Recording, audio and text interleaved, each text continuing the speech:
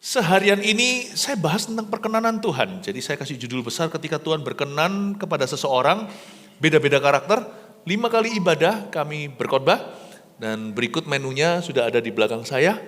Sekarang kita akan bahas tentang seorang hamba Tuhan di perjanjian lama, namanya Musa. Kalau yang punya anak kasih nama Moses juga bagus sih, Musa, bagus ya.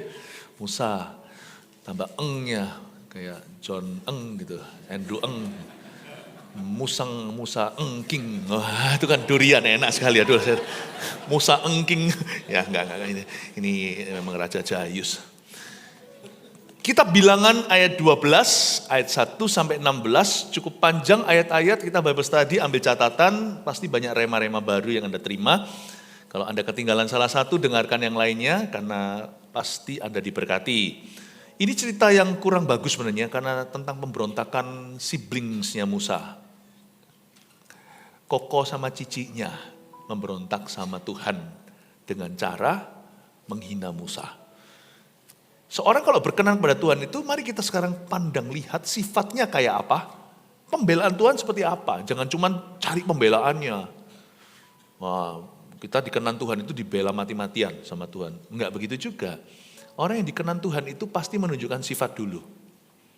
Tapi kalau kita punya itu, pembelaan Tuhan enggak perlu kita ragu. Tuhan yang berkepentingan dengan kita. Tiga-tiga sama-sama hamba Tuhan, Miriam, Harun, dan Musa. Namun salah satunya Tuhan pilih jadi pemimpin, dikasih spiritual authority atau otoritas. Dan tidak tentu itu selalu jatuh pada anak sulung. Selalu Tuhan kalau milih itu berdasarkan kedaulatan dan berdasar hati. Yang tadi saya sampaikan kebaktian sebelum ini, senioritas itu tidak berlaku di dalam hadirat Allah. Tetapi yang berlaku adalah hati yang murni. Tuhan memilih bukan berdasar kriteria manusia. Tuhan memilih berdasarkan satu tentunya kehendak Allah yang kita tidak bisa mengerti kadang-kadang. Tapi Tuhan itu selalu memilih punya fondasi. Tuhan tidak memilih orang yang hatinya tidak ready. Allah melihat hati. Nah, sekarang mari kita melihat apa yang terjadi. Kita akan selidiki bagaimana Tuhan menyertai seorang Musa, supaya kita jangan sampai berada di sisi yang salah. Miriam serta Harun mengatai Musa berkenaan dengan perempuan Kush yang diambilnya, sebab memang ia telah mengambil seorang perempuan Kush. Kata mereka, sungguhkah Tuhan berfirman dengan perantaraan Musa saja? Bukankah dengan perantaraan kita juga ia berfirman? Dan kedengaranlah hal itu kepada Tuhan. Adapun Musa ialah seorang yang sangat lembut hatinya. Lihat itu hatinya Musa ya. Lebih dari setiap manusia yang ada di atas muka bumi. Berhenti sampai ayat 3 dulu, saya jelaskan. Miriam adalah cicinya Musa. Waktu kecil sangat sayang sama baby Musa. Karena Miriam itu yang menyembunyikan, bantu ibunya sembunyikan adiknya yang masih orok waktu itu. Selama berapa bulan disimpan sampai ketemu sama putrinya Firaun ketika beliau lagi mandi. Zaman pembantaian bayi Yahudi. Jadi semua anak laki-laki dibunuh oleh tentara Mesir karena mereka kebanyakan mau potong pangkas minoritas. Ya, ini namanya ethnic cleansing. Ini membersihkan dari satu etnis. Jadi pada waktu itu Miriam sangat berjasa. Tidak diragukan Miriam ini sangat berjasa dalam hidup Musa. Kalau bukan karena Miriam, Musa nggak ada. Ya, jadi kita harus mengerti sekarang dalam dunia Allah, jasa itu bukan segalanya. Perkenanan Allah itu segala sesuatu. Sekalipun kita berjasa, wah gara-gara aku, ya itu puji Tuhan. Kalau kita yang dipinjami jasa jangan pernah lupa ya. Kalau Anda mau sungguh-sungguh menghargai seseorang itu hargai orang-orang yang bersama dengan Anda dari dulu. Atau ketika Anda di arus bawah, orang itu yang ada di situ, orang itu sahabat sejatimu. Jangan pernah kita itu kacang lupa kulitnya itu bukan hanya kondisi kita sebelumnya, tapi juga jangan lupa teman, keluarga, kawan. Jangan lupakan, orang-orang berjasa kepadamu jangan jadi malin kundang. Anda bisa berubah, Tuhan mengubahkan, tapi tetap ada hal-hal yang mesti harus stay the same. Usahakan. Ya, nanti saya tunjukkan bahwa Musa itu ternyata tetap cinta Miriam kok. Buktinya nanti yang mendoakan kesembuhan Miriam itu Musa. waktu dia kena kusta. Tapi Miriam ini dan Harun, di ayat Alkitab ayat pertama, Miriam serta Harun, berarti Harun ikut-ikutan. Harun ini kokohnya. Miriam dan Harun mengatai Musa. Cuman ngomong doang kok, kan cuman nomong-nomong. Kan cuman bilang, dalam kerajaan Allah, kata-kata mengandung kuasa, jadi gak boleh sembarang didengungkan. Orang yang berkenan itu akan menjaga lidah, karena percuma ibadahnya kalau dia lost lidahnya. Ya, lidah buaya. Ada tanam-tanaman yang mengingatkan kita harus hati-hati. Ada juga lidah mertua. Suatu hari kita semua kalau punya menantu mesti waspada. Miriam serta Harun, kalau Anda baca sini, siapa pemimpin pemberontakan ini? Miriam lah. Kalau kini kartu kredit, ini yang prinsipal. Yang satunya tambahan, kartu tambahan. Harun kartu tambahan. Miriam adalah prinsipalnya. Mengatai Musa soal apa sih kalau Anda baca? Mengatai Musa berkenaan dengan perempuan Kush yang diambilnya. Siapa perempuan Kush ini?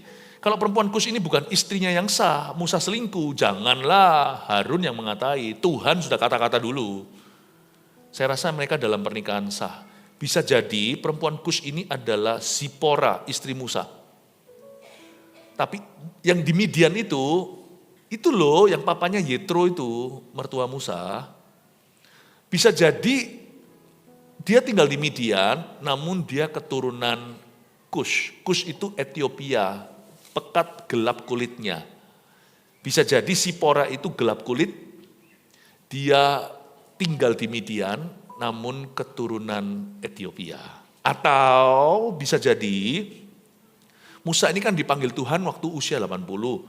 Waktu itu kan dia keluar dari Mesir, lalu hampir saja dia melayang nyawa karena dia tidak serius pada perintah Tuhan untuk menyunatkan bangsa Israel. Anaknya sendiri perkecualian, maka hampir-hampir dia mati di perjalanan. Zipora kan potong kulit katan, lalu tempelkan pada Musa dan berkata, inilah mempelai darah. Musa diselamatkan karena iman istrinya. Segera taati firman Tuhan. Ketika papa lengah, mama harus waspada. Ketika papa kurang berkenan, mama harus ingatkan. Suami istri itu harus saling melengkapi. Zipora ini very good wife, meskipun dia bukan orang Yahudi. Ya, Musa keturunan Lewi, Zipora bukan. Dia orang Midian. Dan dia pakai kulit katan itu, agak menjijikkan sih. Ditempelkan ke papanya kulit katan putranya. Lalu mengingatkan Tuhan, Tuhan ampuni, kami lalai. Ini bukan perkecualian. Musa sehebat itu, sedekat itu sama Tuhan, bicara muka dengan muka aja. Kalau tidak taat perintah Tuhan, hampir mati kok. Dalam kerajaan Allah, dalam hadirat Allah, tidak ada orang boleh sok kenal, sok akrab sama Tuhan. Kita semua tetap di bawah hukum kasih, di bawah hukum perintah Allah. Ya. Nah, Miriam ini serta Harun mengatai berkenaan dengan perempuan Kush yang diambilnya. Mungkin Zipora mati, lalu Musa nikah lagi. Saya nggak punya bukti, tapi ayat ini menjelaskan bahwa ini adalah hubungan yang sah di hadapan Tuhan. Musa tidak salah, ini bukan hubungan dosa. Kemungkinan terbesar itu adalah Zipora. Dia keturunan. Misalnya ada orang pindah Jakarta, tapi dia keturunan Dayak. Ada orang tinggal di Madura, keturunan Tionghoa. Jadi Zipora ini mungkin adalah orang Ethiopia di Midian. Coba ya, alasan Miriam dan Harun itu rasis ternyata. Yang mereka permasalahkan pada Musa, itu sesuatu yang bahasa Ibraninya yang boten. Bahasa Jawa itu, artinya yang enggak. Enggak jelas gitu loh. Lu orang keberatan apa sih sama Musa? Enggak jelas. Karena mereka memang enggak bisa mencari-cari sesuatu yang benar. Musa memang enggak ada salahnya.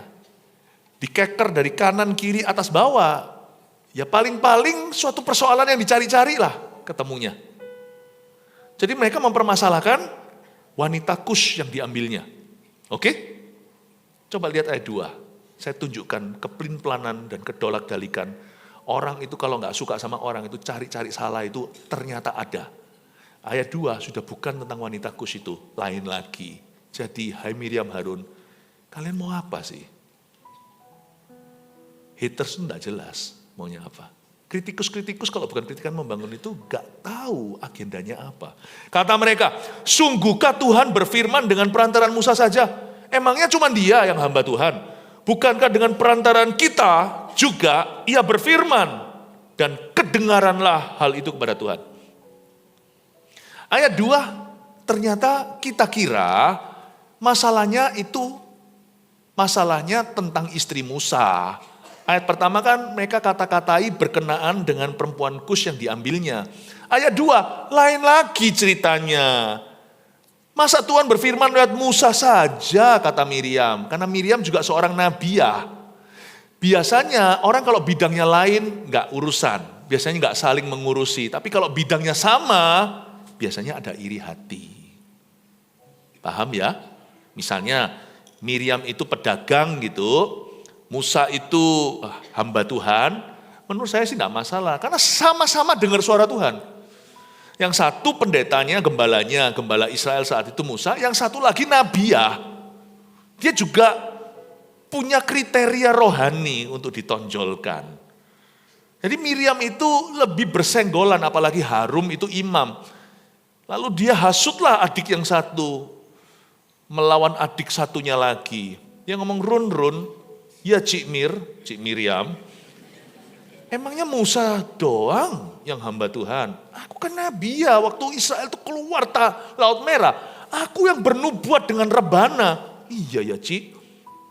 Si Harun berkata, iya karena aku imam. Aku juga pegang baju efod. Turim umim itu kayak dadu zaman dulu. Belum ada Roh Kudus di dalam setiap hati. Itu orang tanya kehendak Tuhan kiri kanan, ya enggak. Iya kan aku juga, kok dia gaya ya. Kenapa dia aja yang didengar sama umat ya? Kenapa dia kok bossy attitude ya? Padahal Musa itu ayat 3, orang yang paling rendah hati kata Tuhan. Orang serendah hati, selembut hati itu sampai dikatakan dia lebih rendah hati dan lembut hatinya daripada setiap manusia yang ada di bumi. Itu aja masih bisa disalahkan, masih bisa dituduh bossy, masih bisa disebut diktator, masih juga dikecam. Nah, masih juga tuduhan kepada dia itu loh termasuk keangkuhan. Orang sudah serendah hati itu aja gak cukup rendah hati bagi semua orang. Orang sudah sebaik lembut itu aja gak bisa menyenangkan semua orang. Orang hatinya itu kayak gitu loh, menghambanya aja masih disebut sombong. Dia yang gak pernah balas sama orang yang jahati. Yang tipe begitu aja masih dicibir dan dikata-katai, dibilang diktator segala, dibilang main perintah, padahal ayat 3, Tuhan berkata Musa itu seorang yang sangat lembut hatinya, lebih dari setiap manusia yang ada di atas muka dunia. Jadi di sini suatu pelajaran buat kita, berkenan pada Tuhan itu tidak tentu disukai semua manusia. Sebaik-baik seseorang, rendah hati orang itu, pasti masih ada orang panggil dia sombong. Orang semulia-mulia hatinya, sudahlah, itu orang sudah paling mulia sampai Tuhan aja memujinya, ini ayat 3, pujiannya datang dari Tuhan bukan dari manusia. Masih ada orang yang tuduh dia diktator, main perintah. Kadang-kadang ya manusia itu bisa begitu sensitifnya, orang baik aja waktu ngomong, masuk telinganya terdengar seperti bentakan. Jadi ini enggak suatu takaran ya, kalau Tuhan itu berkenan pada Anda itu seluruh dunia akan approve Anda. Enggak ya. Pasti akan ada orang enggak suka. Tapi pastikan loh ya, enggak sukanya karena kebenaran. Jangan sampai orang enggak suka karena kita maling ayam. Kita jangan sampai tidak disukai karena dosa kita. Bolehlah kita tidak disukai karena kita berpegang teguh pada kebenaran. Karena ketaatan kita. Kata mereka ayat 2, sungguhkah Tuhan berfirman dengan perantaran Musa saja? Emangnya cuma dia saja? Bukankah dengan perantaran kita juga ia telah berfirman? Dan kedengaranlah hal itu kepada Tuhan. Ketara di sini bahwa Miriam dan Harun tidak menguasai materi. Karena itu kalau kita ada keluhan, pastikan 1, 2, 3, PowerPoint-nya jelas. Seperti kayak khotbah gini ada 3 poin sederhana itu.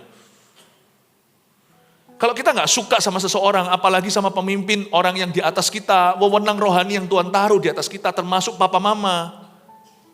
pastikan kita punya landasan, alasan, dan kita juga bisa menjelaskan. Kalau enggak, kita terkesan self-motivated. Semua keluhan kita itu cuma keluar dari kepahitan. Atau lebih tepatnya keluar dari hati yang iri.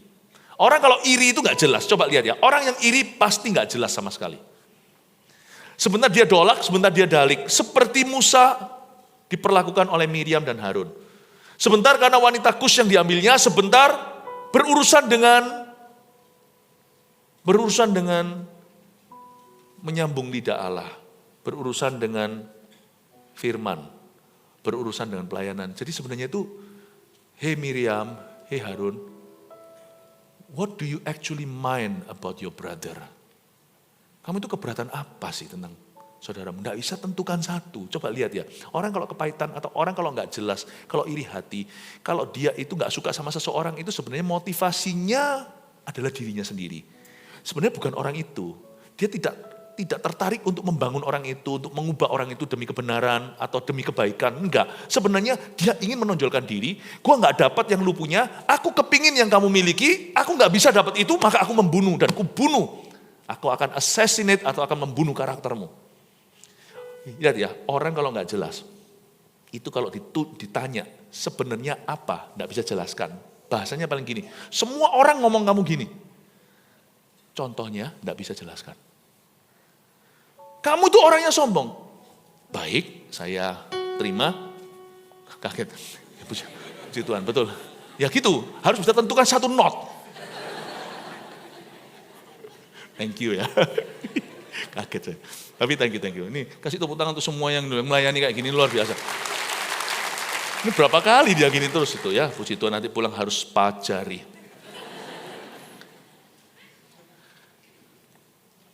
Coba betul nggak kalau kita lagi hatinya itu marah, nggak bisa sebut satu kan? Bahasanya kan semua orang nggak suka. Semua orang bilang, kamu sombong, ya pokoknya begitu. Nggak bisa sebut satu, itu namanya nggak menguasai materi. Itu nggak riset dulu. Itu nggak punya sama sekali, nggak punya satu objektivitas yang bisa dijelaskan. Isinya melulu sentimental dan perasaan. Kalau Anda tanya pada diri sendiri, jikalau saya nggak suka pada suatu situasi, atau saya mau mengoreksi seseorang, atau suatu keadaan, pastikan Anda punya poin sederhananya, 1, 2, 3, jirolu bahasa Jawa, 1, 2, 3. Kalau enggak, drop it. It's about you, not about that person. Kalau enggak, drop saja. Itu bukan tentang orang itu tentang dirimu melulu. Itu namanya self-motivated anger and envy. Itu namanya amarah atau cemburu yang motivasinya adalah aku, dan aku. Dolak-dalik alasannya enggak jelas. Intisarinya ternyata kalau menurut saya Miriam ini, dia mempertanyakan otoritasnya si Musa, karena dia cemburu, kok orang Israel nggak sama dia nggak begitu. Karena sama-sama profesinya mirip, yang satu nabi ya. Sama-sama hamba Tuhan, sama-sama menyampaikan firman. Abu-abu ya, ambigu di dalamnya. Itulah sebabnya jangan suka memperkarakan. Kecuali hatimu jelas sama hatimu sendiri dulu. Kalau enggak, jangan perkarakan apa-apa. Karena apapun yang kau perkarakan, ujung-ujungnya akan membuat hatimu semakin salah. Saya belajar sesuatu di sini tentang perkenanan Allah di hidup saya. Bukan soal orang lain, bukan soal perkenanan Tuhan dalam diri orang lain. Dulu saya belajar untuk otak-atik perkenanan Tuhan di dalam diriku. Pokoknya kalau saya tidak jelas, motivasiku enggak bersih, aku belum memahami hatiku itu maunya apa. Belum lagi poin-poin sederhana, objektivitasku itu sebagai berikut. Kalau saya tidak bisa tatan itu, saya tidak bisa menatanya, saya tidak bisa menjelaskannya, mendingan saya drop di hati, saya bertobat dan berkata, angkatlah semua feeling yang salah ini, beriku kasih, beriku kerendahan hati. Bukan berarti kita selalu lari dari permasalahan. Apa-apa hanya masuk hadirat Allah, lupakan. Tidak. Kalau sesuatu itu memang sungguh-sungguh membutuhkan masukan Anda, input, feedback, harus mendapatkan kritikan, bahkan kritikan yang membangun, pastikan kau membangun sesuatu. Kalau kita mau mengkritik seseorang, bukan berarti hamba-hamba Tuhan itu di luar jangkauan, bukan berarti hamba-hamba Tuhan tidak bisa dijamah. Gak ada yang di antara kita itu yang namanya untouchable, yang gak bisa dikasih masukan. Orang yang gak bisa dikasih masukan, itu orang yang sudah menganggap dirinya sebagai Tuhan. Saya juga perlu masukan, saya juga perlu evaluasi. Jadi pastikan kalau memang ada suatu situasi di mana masukan kita itu berguna dan berarti, tapi bawa dalam doa dulu. Bawa dalam doa dulu. Apa-apa itu selalu dibawa dalam doa, itu saringannya. Dan waktu kita doa, kita kalem dulu, kita tenang dulu, tidak panasan kepalanya. Lalu kita bisa tata hati, tata perasaan, dan kita mengerti prioritasnya apa. Kita ingat firman, baru setelah itu disusun A, B, C seperlunya. Kita bawa itu, cari solusi, bukan mencari kesalahan orang lain, bukan untuk menang-menangan, tetapi kita cari solusi bersama. A, ada sebuah permasalahan, saya mau mencari solusinya, kira-kira apa solusi win-winnya, supaya setiap pihak dimenangkan. Bagaimana caranya kita menghadapi hal ini yang paling cocok dengan firman Tuhan. 1, 2, 3, mari. Taruh selesai, sudah selesai bicara, masuk ke hadirat Allah lagi, bersih di detox, jangan diungkit lagi. Nggak usah dikit-dikit lain kali ngomong, kamu dari dulu, nggak usah begitu. Miriam dan Harun masuk ke dalam rohani abu-abu. Ketika feelingnya mulai dominasi. Kalau saya baca ayat ini, ketara bahwa sebenarnya Miriam itu didorong iri. Harun dari dulu kan gitu, dia itu lugu. Semua orang bilang lembu emas, dia buat patung wagyu. Disembah lagi. Harun dari dulu gitu, orang itu tidak bisa jadi pemimpin betul, meskipun dia jadi wakil Musa, untung ada Musa, karena orang ini selalu diombang-ambingkan. Menurut saya sih Harun tidak sesalah Miriam. Tapi Miriam ini kalau saya baca begini, ini orang ya, hatinya itu bisa kayak gitu ya, bisa jahanam. Padahal dia ini nabi ya, padahal ini cecenya sendiri. Kalau saya Anda baca ya, tapi nanti kita akan lihat Musanya, karena dia lakonnya dalam cerita saya. Kita lihat sekarang ayat 3. Adapun Musa ialah seorang yang sangat lembut hatinya, lebih dari setiap manusia yang di atas muka bumi. Waktu saya baca ini, bentar ya, ulangan. Waktu saya baca ini, saya itu bertanya, loh, waktu saya sekolah teologi ya, Torah itu 5 Alkitab yang pertama, 5 buku yang pertama di Alkitab, yaitu Kejadian, Keluaran, Imamat, Bilangan, Ulangan, itu ditulis oleh Musa. Kapan wangsitnya waktu dia naik ke Gunung Sinai 40 hari 40 malam, bukan hanya terima ukuran tabernakel, tapi dia juga terima pewahyuan dari sejak dunia dijadikan. Waktu saat penciptaan. Jadi Musa yang menulis kitab Kejadian sampai Ulangan. Waktu saya baca ayat 3, nggak mungkin orang yang rendah hati akan menulis dirinya rendah hati, itu nggak mungkin. Adapun Musa ialah seorang yang sangat lembut hatinya. Nggak mungkin lah, nggak mungkin. Kalau dia sampai nulis gitu berarti dia nggak lembut hatinya. Tapi apa boleh buat? Semua ahli teologi juga percaya bahwa Kejadian sampai Ulangan itu ditulis oleh Musa. Dan saya setuju. Saya yakin dalam penulisan kitab-kitab Musa, yaitu Torah, ada auditor tambahan.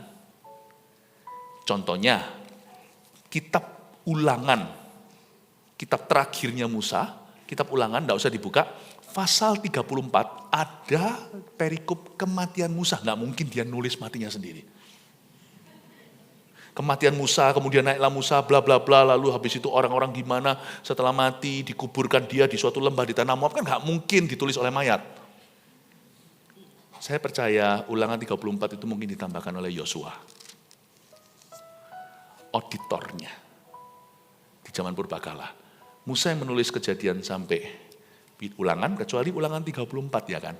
Saya kok yakin ada yang ditambahkan oleh ilham Roh Kudus, penulis yang satunya, kayak tulisan Paulus. Ada Silas yang menulisnya kadang-kadang. Ini menulisnya si ini, lalu Paulus berkata, ini tanda tanganku.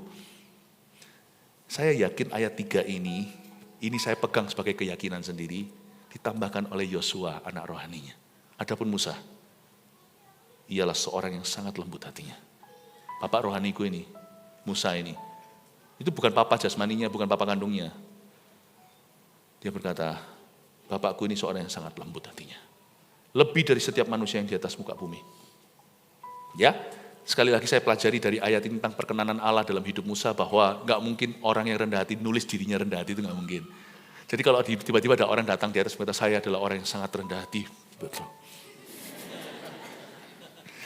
Orang yang paling rendah hati di dunia itu pasti merasa dalam hadirat Allah, dia kok masih sombong sekali. Pasti. Orang yang lembut tidak akan ngaku-ngaku. Ya. Jadi sekedar saya kasih tambah-tambahan pemikiran supaya Anda dewasa iman dalam pembacaan firman. Tidak mengubah kebenaran, tapi imajinasi kita dikuduskan untuk bisa mengerti betapa indahnya pembuatan kitab suci itu. Betapa indahnya. Ilham Roh Kudus all the way. Dari Kejadian sampai Wahyu. Adapun Musa ialah seorang yang sangat lembut hatinya, lebih dari setiap manusia yang di atas muka bumi. Jadi kalau kita mau berkenan pada Allah harus lemah lembut. Gak ada orang kasar dikenan Tuhan, gak ada, sudah lupakan. Orang sombong dikenan Tuhan, udah jelas-jelas firman berkata, Tuhan benci kesombongan. Orang sombong itu kekejian bagi Tuhan. Tapi orang yang rendah hati dikasihani oleh Tuhan dan ditunjukkan jalan. Jadi kalau Anda dan saya mau mengejar perkenanan Tuhan, satu jalan, rendah hati. Kita bisa salah, bisa, asal kita merendah. Kita mau diajar, kita mau ditegur, kita mau didisiplin. Itu pasti orang tidak mungkin dibuang sama Tuhan, tidak mungkin dibuang sama orang. Tapi orang yang membangkang, yang sok-sokan itu pasti ditinggalkan banyak orang. Kalau dia tidak ditinggalkan, paling dia dikerumunin, pasti dia akan digandrungi oleh orang-orang yang sejenis sama dia. Ya. Ayat 4, lalu berfirmanlah Tuhan dengan tiba-tiba kepada Musa, Harun dan Miriam. Keluarlah kamu bertiga ke kemah pertemuan, maka keluarlah mereka bertiga. Saya yakin Miriam seperti seekor anjing pasti buntutnya begini. Senang dia, yes akhirnya aku dapat pembelaan dari Tuhan. Akhirnya adikku akan ditegur sama Tuhan sendiri. Jangan salah ya, ada orang-orang tertentu yang kalau dia sudah tidak jelas motivasi hati, kadang-kadang dia sendiri bisa salah paham sama dirinya. Dia itu dimusuhi Tuhan, dia kira dia dibela. Ini yang saya sebut sebagai juling rohani. Ketika orang hatinya sudah jauh dari perkenanan, dia sendiri tidak bisa lihat Tuhan. Dan dia biasanya juga salah ngerti situasi. Saya yakin Miriam happy sekali. Akhirnya, ya kan Tuhan, tolong beritahu sama dia Tuhan. Aku juga nabi ya. Apa sih firman yang dia bisa korbankan, aku tidak tahu. Bahkan kalau bisa, sini dek. Kan mentang-mentang adiknya. Kadang-kadang ada power syndrome namanya kakak. Duduk sama-sama sini. Nih, tak koreksi ya. Kamu korbannya itu salah gini. Kamu korbannya salah gitu. Kamu tuh kurang begini, kurang begitu. Ya enggak apa-apa, masukan itu perlu. Loh, jangan kira bahwa Musa itu enggak bisa dijamah loh ya. Musa itu bukan seperti semacam Kim Jong-un, siapa? Semua orang harus mengeluhkan kalau enggak bahaya. Musa enggak gitu. Buktinya, Musa itu ditegur sama mertuanya yaitu Yetro. Yetro itu ngomong gini loh, nak tak ajari ya. Kamu pakai cara begini, kamu bisa mati muda. Salah, waktu datang evaluasi meeting diberitahu kamu harus begini. Setiap per berapa puluh kamu kumpulkan dan itu ada leadernya. Ada leader puluhan, ada pemimpin ratusan, pemimpin ribuan. Nanti sistemnya itu begini, governance atau pemerintahan. Nanti sampai taraf tertentu kamu turun tangan karena itu yang besar yang tidak bisa diselesaikan oleh pemimpin-pemimpin menengah. Dan pemimpin-pemimpin yang baru. Yaitu tuh ngasih masukan. Gak pernah ada ayat firman di mana Musa tersinggung atau Tuhan marah karena itu enggak. Semua nasihat yang bagus. Yetro itu bukan imamat Yahudi. Intinya hari ini di perjanjian baru semacam Yetro itu bukan orang Kristen. Semua nasihat yang baik itu dari Tuhan, Kristen atau bukan. Tapi Injil hanya dari Kristen. Musa itu enggak sok-sokan. Wah, aku hamba Tuhan kok. Apalagi ini papanya, papa mertuanya. Papa mertuanya itu imam di Midian. Dia bukan kaum Lewi. Dia bukan umatnya Yahweh. Dia ngasih masukan yang menurut saya praktis. Musa dengar dan Musa aplikasikan. Coba Anda baca itu. Musa membuat semuanya sesuai dengan nasihat mertuanya. What a humble man. Satu ya saya kagum sama Yetro. Dia tidak terintimidasi sama menantunya. Bayangin resumenya. Yetro ini paling cuman ngomong tentang agama. Musa belah Laut Merah. Sadarkah Anda? Musa juga sebaliknya. Saya juga kagum sama si Musa. Aku sudah belah Laut Merah kok. Lu siapa? Coba untuk memberitahu aku what to do. Anda emangnya siapa? Kok bisa bicara ke kehidupan saya? Ngatur-ngatur lagi. Saudara, peduli amat kalau orang mati bangkit dalam pelayananmu atau Anda konglomerat. Semua yang baik kalau berupa nasihat, terimalah dengan lapang dada itu dari Tuhan. Apalagi kalau bicara ke dalam hidupmu orang yang bermaksud baik. Apalagi mereka di posisi sah, misalnya orang tua dan sebagainya. Dengarkan, dicerna, tidak semua Anda harus setuju. Anda harus pegang keyakinan dan tuntunan Tuhan. Tetapi terima dulu, rendah hati dan berkata, oke, saya pertimbangkan. Amin. Amin. Gak apa-apa, bahkan dari anak kecil pun kalau nasihat itu bagus, mungkin itu firman. Tuhan menaruh kuasa firman dalam mulut bayi untuk membungkam musuhnya. Untuk bisa menghancurkan perbuatan musuh dalam hidup orang-orang dewasa. Kadang-kadang anak kecil itu make sense loh ngomongnya. Make sense loh. Coba kalau Anda lihat Musa ya, dia gak sok-sokan. Aku sudah belah Laut Merah. Kamu belum apa-apa. Nah, jangan gitulah. Makanya dia dikenan Tuhan. Lembut hatinya, rendah hati. Orangnya itu gampang, gak difficult gitu. Orang kalau diajak omong itu meskipun orang ini penuh mujizat ya, mendarat. Mendarat. Daripada orang kalau sudah pernah melakukan mujizat, kalau diajak bicara selalu bernubuat. Saya boleh ngasih masukan ya untuk kesehatan Anda soalnya. Oh, Tuhan berkata.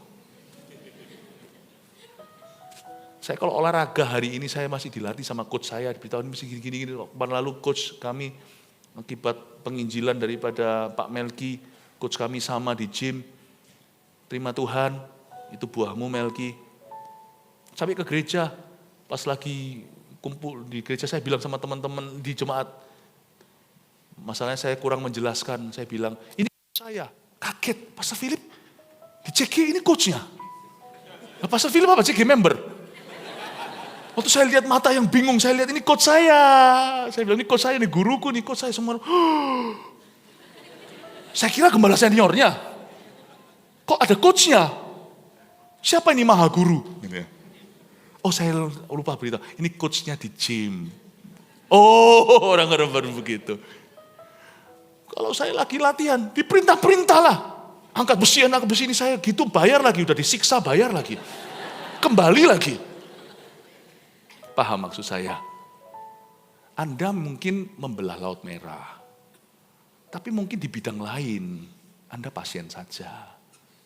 Yang mawas diri aja lah. Menjadi hamba Tuhan, menjadi coach sungguhan, menjadi CGL lah, menjadi TL.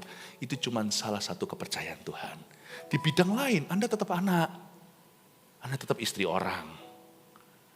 Anda tetap pegawai. Mungkin kalau Anda volunteer di gereja, Anda di luar sana ada kerja. Jangan sok-sokan. Jangan sok-sokan. Belajar menundukkan diri. Supaya dikenan sama Allah. Karena orang yang merendahkan hati itu akan dituntun oleh Tuhan. Mungkin Anda di sini adalah TL-nya. Mungkin di luar sana mungkin biasa aja Anda bosnya. Tapi waktu Anda masuk ke CG di sini loh, ternyata pegawaiku itu CGL-ku. Ya di sini belajarlah menundukkan diri.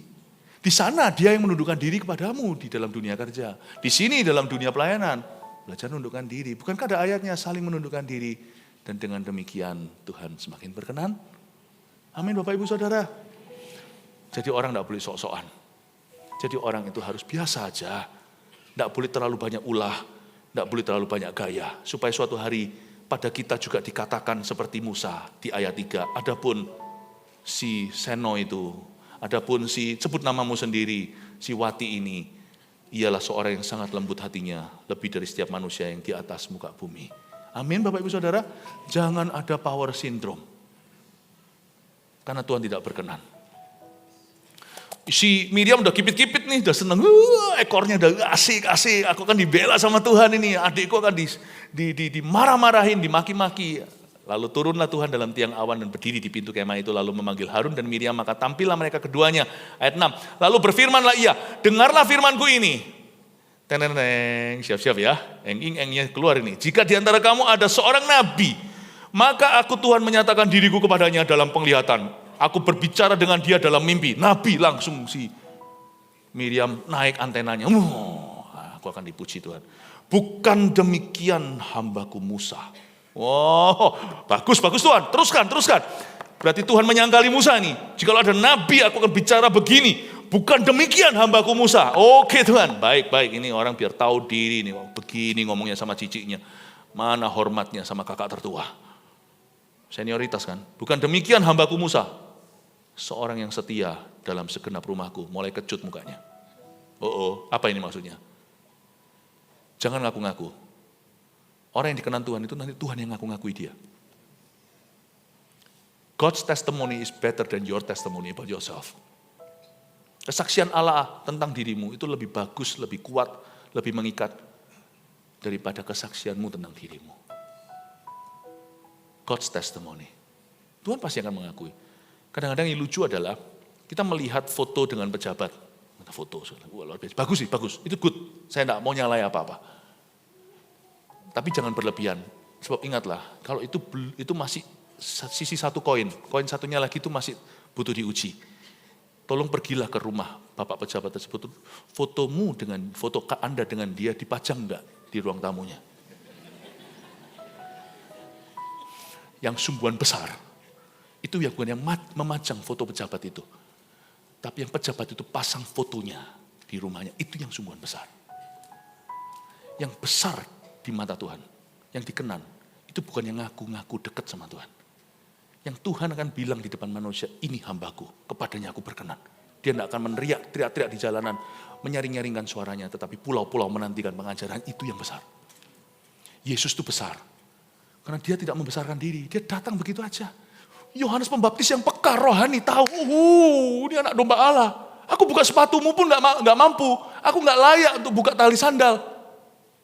Tapi Yesus berkata, Kak Yo. Karena kakak sepupu kan, Elisabeth kan anaknya, 6 bulan sebelum Yesus dikandung kan. Kak Yo, tetap kita harus lakukan ini untuk mengenapi kemauan Bapakku, baptisan aku. Yesus masuk, udah kan? Ini orang lain yang ngaku nih, Kak Yo nih. Keluar dari air. Tiba-tiba ada guntur, orang kira guntur itu suara. Inilah anakku, kepadanya aku berkenan. Dengarkan dia. Turun Roh Kudus dalam rupa, Roh Kudus bukan burung merpati. Dalam rupa seperti burung merpati, hinggap atasnya.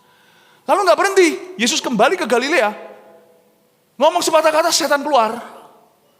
Daripada anak-anak Skewa yang pakai metode dalam nama Yesus yang Paulus beritakan, gak mempan. Yesus satu kalimat, setan terbirit-birit. Bapak mengakui pelayanan Yesus, mujizat terjadi, orang lumpuh berdiri, Lazarus dibangkitkan. Itu Bapak testimonial. This is my son. Ini orang dekatku. Yesus pernah sekali demi membuktikan bukan dirinya, tapi supaya membuktikan bahwa Bapa ada dalam pelayanannya, supaya mereka menerima pengorbanannya. Yesus berkata pada Lazarus, aku berdoa begini bukan supaya mereka tahu bahwa engkau mengutus aku. Lazarus, turunlah. Itu tempat Sakeus. Bukan. Lazarus keluarlah dari kubur itu seperti mumi dia keluar padahal sudah dibebet 4 hari. Bapak tidak keberatan membuktikan siapa yang ngutus Yesus. Dengan membangkitkan Lazarus, hoki itu Lazarus. Dia kena berkat karena Tuhan ingin testimonial tentang Mesias. Bapak Ibu, yang besar itu sungguh-sungguh yang diakui Tuhan. Dan pengakuan Tuhan itu tidak tentu lewat suara, itu kan berbagai macam cara. Salah satu pengakuan Tuhan yang tidak bisa disangkali adalah lewat buah. Buah-buah hidupmu, buah kebenaran, buah-buah penyertaan, buah-buah pelayanan, itu nggak bisa disangkali. God is or is not with you. Itu akan kelihatan, paling tidak dalam perjalanan panjangnya, akan nampak dan jelas. Amin Bapak Ibu Saudara. Bukan demikian hambaku Musa, seorang yang setia dalam segenap rumahku. Berhadap-hadapan aku berbicara dengan dia. Terus terang bukan dengan teka-teki. Dan ia memandang rupa Tuhan. Mengapakah kamu tidak takut mengatai hambaku Musa? Tuhan yang marah. Coba saya tanya, so far ya sejauh ini, Anda ada gak ayat yang menunjukkan Musa marah? Tuhan yang ngamuk, jangan Anda yang marah. Kalau kita yang marah, Tuhan tidak akan berbuat apa-apa. Pembalasan dalam milikku. Jangan ngamuk. Kita jangan marah. Sungguhan. Kalau kita ditekan, misalnya kadang-kadang kita juga bisa merasa tidak tahan. Hidup kan masing-masing. Kita punya tantangan yang berbeda-beda. Tapi jaga-jaga, peraturan universalnya sama. Ada satu prinsip yang harus Anda pegang. Kalau Anda nggak tahan, jangan minta pembalasan. Minta aja, kalau Anda tahu Anda benar. Kalau Anda tahu Anda salah ya, cepat bertobat. Supaya perkenanan Allah dikembalikan. Tapi kalau Anda tahu Anda benar, tidak usah membenarkan diri, tidak usah banyak bicara. Berlutut di hadapan Allah dan berkata, aku cuma minta satu Tuhan, aku tidak minta pembalasan, emangnya saya ini siapa? Kau balasan nasi ini untuk aku tuh, emangnya aku tuh siapa? Tuhan, aku hanya minta penyertaan. Aku minta testimonialmu Tuhan. Aku tidak minta membuktikan apa-apa, aku minta cuma penyertaanmu. Penyertaan. Tuhan ngomong gini, waktu Tuhan ngamuk sama Miriam, mengapa kamu tidak takut ya ngatai hambaku Musa? Be afraid. Takutlah. Kenapa? Bukan karena Musa itu tidak bisa dijamah. Musa itu untouchable, Musa itu di atas hukum. Enggak, ingat tadi Yetro. Orang non-Kristen aja bisa nasihati dia. Ya, di bidang-bidang yang lain mungkin Musa itu poor. Musa itu nggak pengalaman soal organisasi. Ada seorang yang pakarnya yaitu Yetro, ajari dia sistem. Ya, mungkin kita pinter tentang Alkitab, kita bodoh tentang komputer seperti saya ini nggak ngerti gaptek sekali. Nggak paham saya dulu kira yang mengarahkan jalan supaya nggak tersesat namanya Google Drive. Saya diketawai sama satu kantor.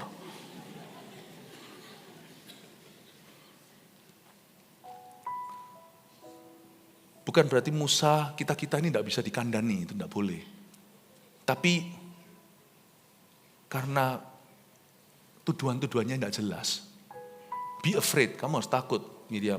Tuduhanmu itu tidak jelas, dolak-dalik. Kamu tuh mau apanya, mau apa aja kamu tidak tahu kok. Do you know what you want? Nggak tahu. Selain itu Tuhan bisa, yang melihat hati tahu bahwa sebenarnya motivasi dia sebenarnya itu egois sekali. Dia lakukan semuanya ini sebenarnya dia bukan benci Musa. Dia cuma kepingin berkat Musa.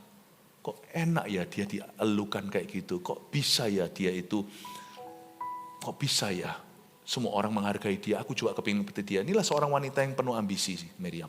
Tapi kalau saya sebut gini rasanya kok dia jelek ya enggak sih. Dia ada banyak nilai positifnya.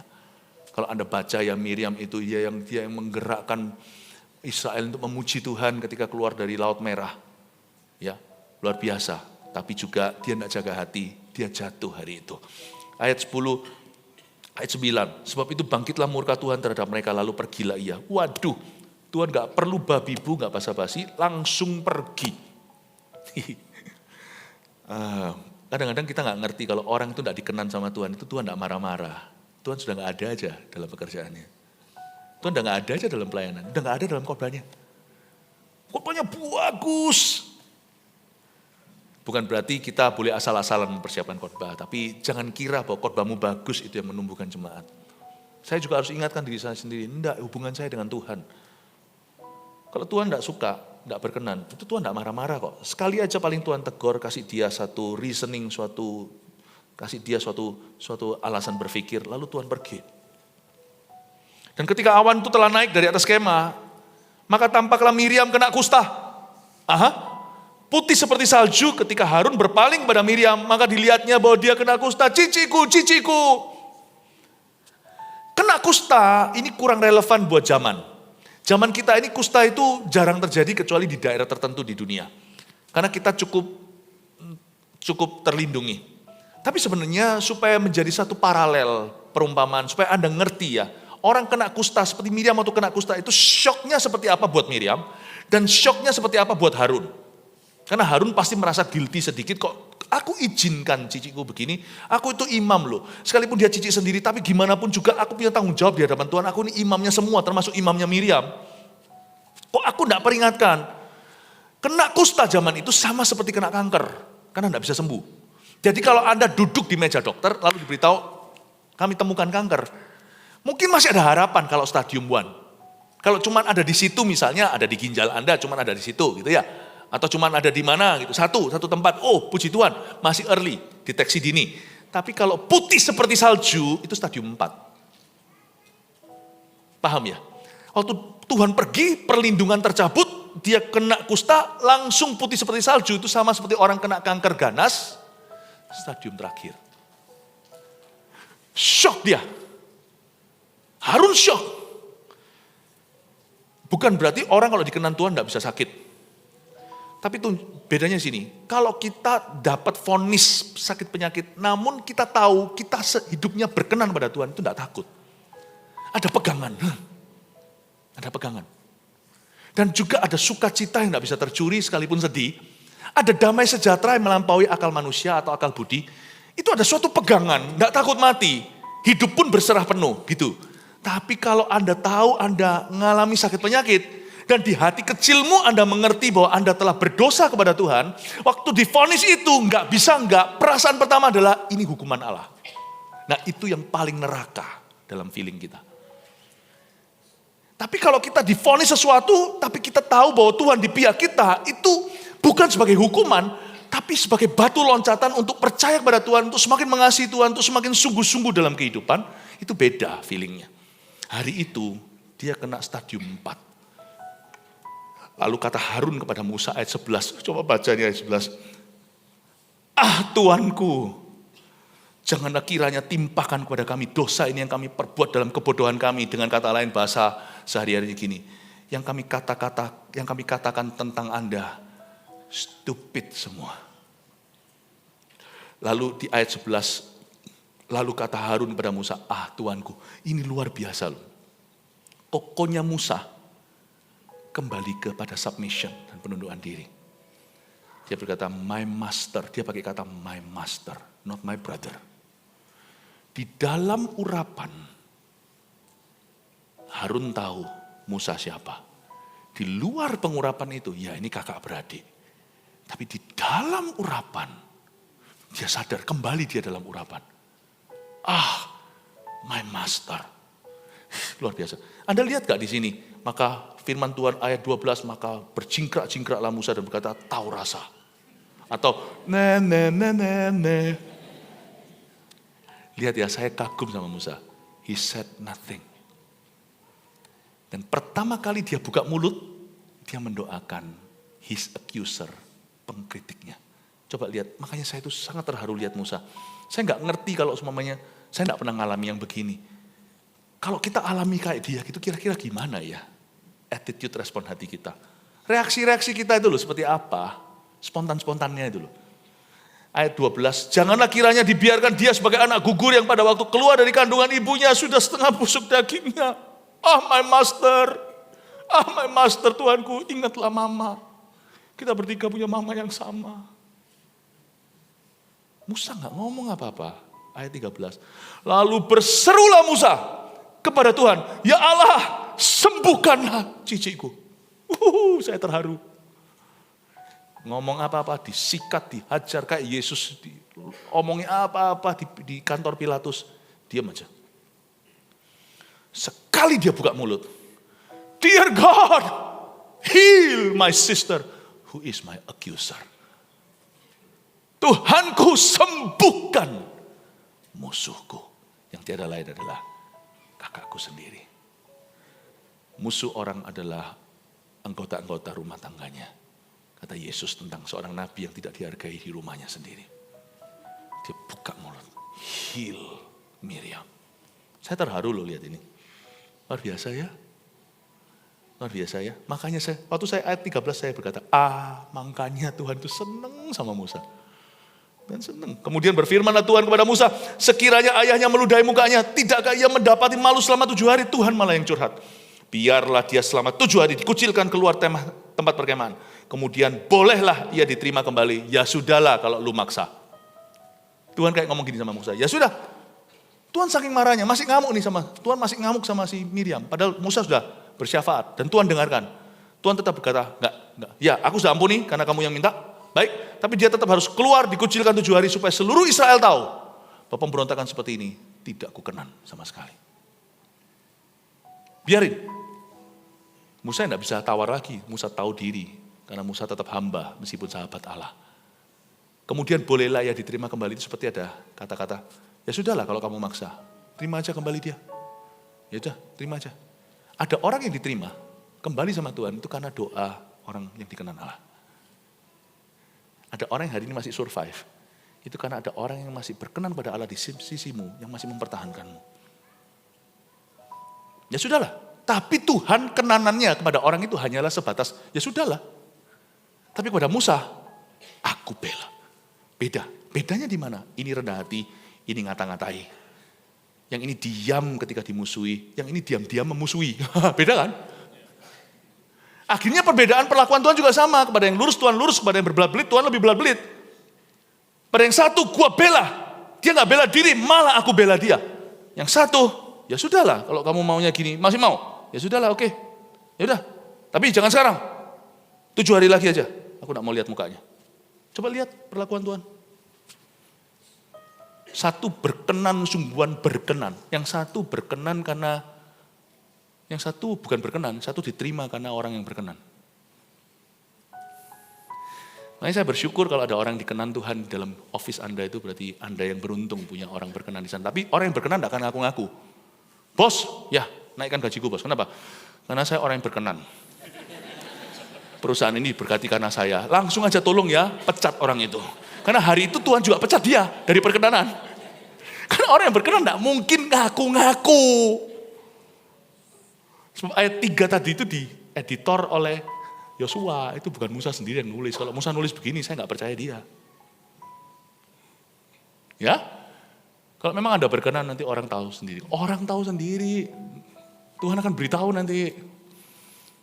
Jadi dikucilkannya lah Miriam keluar tempat perkemahan 7 hari lamanya, dan bangsa itu tidak berangkat sebelum Miriam diterima kembali. Jadi bangsa itu juga cukup sportif, seluruh bangsa menunggu Miriam diterima kembali, juga karena bangsa itu tahu sebuah kebenaran rohani, sebuah prinsip yang tidak bisa diubahkan, yaitu tidak bisa masuk ke Kanaan. Setelah itu mereka akan pergi ke ujungnya untuk masuk ke Kanaan. Lalu nanti kitab Yosua, Musa tidak bisa masuk nanti ya. Tapi mereka tahu satu prinsip kebenaran, kalau kita tidak bisa masuk ke Kanaan kita sebelum favor perkenan Tuhan direstorasi, dipulihkan dalam diri kita. Jangan coba masuk perang tanpa perkenanan. Kemudian berangkatlah mereka dari Hazerot dan berkemah di Padang Gurun Paran. Padang Gurun Paran adalah last stop embarkation sebelum masuk ke Kanaan.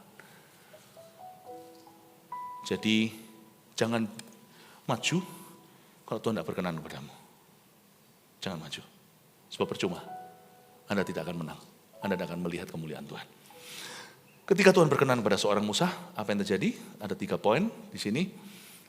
Kalau kita mau memperkarakan apa-apa mulai hari ini, perkara hati, pastikan Anda juga punya 3 poin ya. 1, 2, 3 nggak ada, di drop. Saya nggak berani ngajar kalau saya nggak punya poinnya. Oke?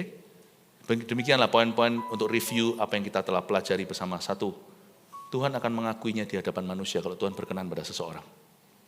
Tuhan yang ngakui ya. Minta buah. Nggak usah minta peninggian manusia, minta buah Tuhan. Kasih aku buah. Kasih aku buah. Tuhan yang akan mengakuinya di hadapan manusia seperti Musa. Kalau Tuhan itu berkenan kepada seseorang. 2, Tuhan akan membelanya terhadap pengkritiknya. Jadi nggak usah bela diri. Tuhan akan bela. 3, Tuhan akan mendengarkan doanya untuk musuh-musuhnya. Saya selalu ngomong sama diri sendiri dan pada orang lain, karena kita itu tidak ada satupun yang permanen berkenan. Paham maksud saya? Hari ini kita bisa berkenan, besok kita bisa salah soalnya, jadi saya termasuk. Jadi orang berkenan ini bukan copyright. Perkenanan Tuhan itu adalah right to copy. Kita harus terus meneladani. Saya selalu ingatkan pada diri sendiri dan saya ingatkan pada semua orang dari waktu ke waktu, jangan kita melawan orang yang berkenan kepada Tuhan. Why? Why? Kalau orang itu melawan, cilaka kita. Cilaka. Karena biasanya orang yang dikenan Tuhan itu punya kualitas sesuatu. Jadi biasanya akan jadi musuh yang buruk buat kita. Anda, kalau orang yang emosian gitu, suka tukaran gitu, biasanya ya sudah itu gitu-gitu boleh dicoba lah. Tapi kalau orang yang gitu. Itu kalau emosi, bahaya. Langsung ya. Ya. Orang yang membual biasa, tapi orang yang diam itu menghanyutkan, itu koneksinya bisa dahsyat loh. Jangan main-main. Karena tidak perlu banyak bicara. Jadi saya nggak berani pegang still and deep water, saya nggak berani. Kalau orang yang dikenan Tuhan balas, dia pasti akan salah di depan Tuhan. Saya dosanya double, saya membuat orang dikenan Tuhan jatuh dalam dosa.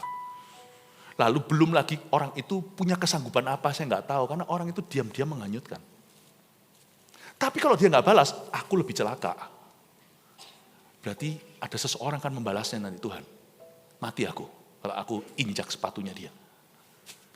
Berarti Tuhan akan membalasnya. Jadi dibalas orang itu aku mati, nggak dibalas aku lebih mati. Mendingan saya, kalau tidak mau setengah mati, mendingan saya jangan mencoba melawan apa yang dikenan sama Tuhan. Demikian pula gereja kan, dalam sejarah, bagaimana gereja itu coba dianiaya. Meskipun aniaya kan selalu ada, coba lihat. Antara penganiayanya bertobat, seperti Saulus yang jadi Paulus, atau mati seperti Herodes yang ditampar malaikat. Salah satu, wis.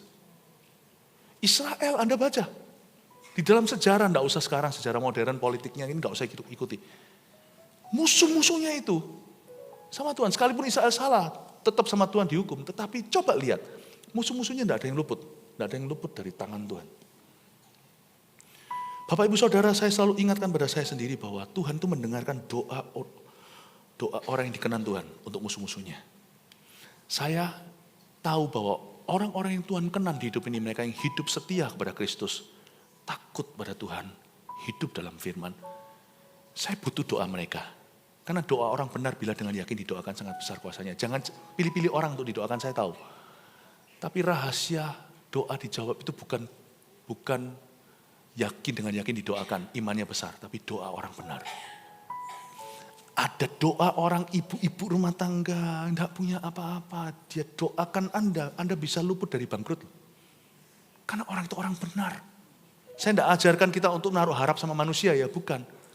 Cuman Tuhan itu membeda-bedakan orang fasik dan orang benar. Jadi saya tahu bahwa doa orang benar untuk musuh-musuhnya itu didengar Tuhan. Jangan sampai mereka berseru, Tuhan, ingatlah apa yang diperbuat oleh orang itu kepada keluarga kami. Kuserahkan padamu, matilah. Tuhan dengar itu. Dia tidak minta balas, tapi dia serahkan ke Tuhan. Aku berdoa bukan minta pembalasan. Aku ampuni dia. Aduh, ada dalam bahaya. Kalau Anda diampuni oleh orang yang berkenan kepada Allah, so Tuhan tidak akan mengampunimu. Ampuni Tuhan, aku serahkan kepadamu.